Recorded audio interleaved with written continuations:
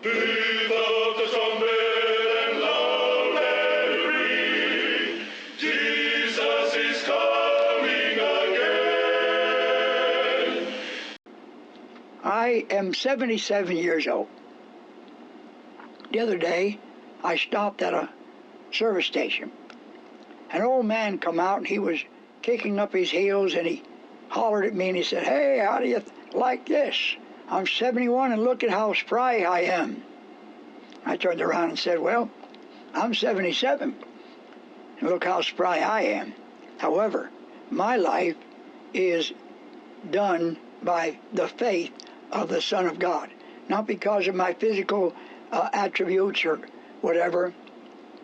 The life that I now live in the flesh, I live by the faith of the Son of God who loved me and gave himself for me and has determined to save me. And save me he will. We overcome this spirit of Antichrist. And every time the spirit of Antichrist moves against you or against me or you, remember, the spirit of Antichrist is against.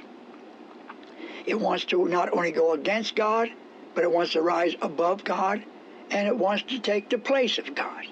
That's the spirit of Antichrist. And little children, you know that it is the last time, and during the last time, Antichrist must come. He's a measure of time. He is an identifying of time. He is the fulfillment of time, the end of the world. And soon, my friend, he'd like to make an end of you, if he can. And the only way that you and I will not be overcome by him, because he has many things to charge us with. He knows our sins and our iniquities, our humanities, our weaknesses, our inabilities, and he uses them to cause us to cast away our confidence in God and not submit to the righteousness of God. That is an interesting statement, I believe with all my heart. Do you know what that means, to submit to the righteousness of God? Well, it's very simple. Let me give you an example of it, all right? In the Bible, they caught a woman in adultery. They brought her to Jesus, and they thought that he would do what is right according to the law. Quoted the law to Jesus. He or she, basically, in this case, her, should be stoned. And Jesus said, that's what the law says. That's what the law says, and it has no exception. And so in his dilemma, because the law was added, as I have said so many times, as the scriptures itself, it says, wherefore serves the purpose of the law? Or why did God give a commandment or a law long after the Garden of Eden? Because they were in transgression. People were living, they had fallen into sin and transgression and iniquity, but they did not know it. They did not know it. See, Adam didn't know, even though he was told that to partake of that forbidden fruit was going to be a sin against God. What is that? What is a sin against God? Why, it's unbelief. It's not believing what God said. Now, what do you mean, brother? Come on, saints. Come on, brothers and sisters. Do you have ears to hear? You know what the Bible says? The Bible says all on righteousness is sin. What do you mean? Why, just what it says.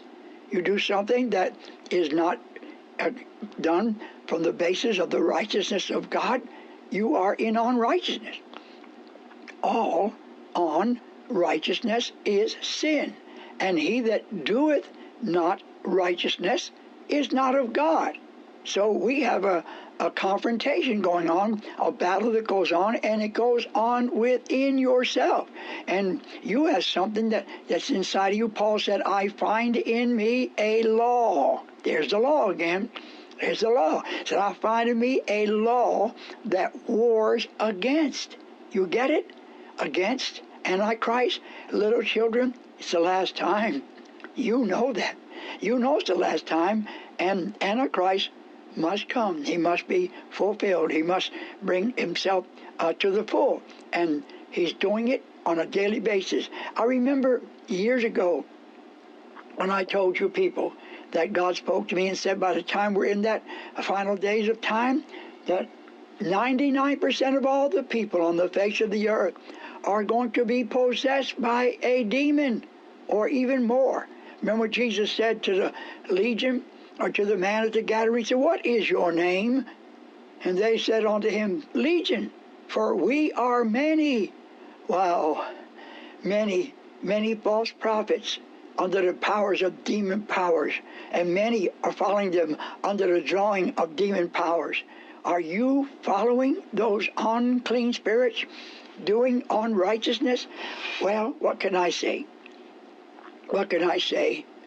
Nothing in this world today is pointing to any hope in the world. And anyone who seeks the things of this life and this world, you're going to lose it. Give no place to the devil. Neither let the sun go down upon your wrath. Woe be unto the inhabitants of the earth, for Satan has come down unto you, having great wrath. For he knoweth that he hath but a short time, and it has been given unto him to make war with the saints. I find within me a law that wars against the spirit of my mind.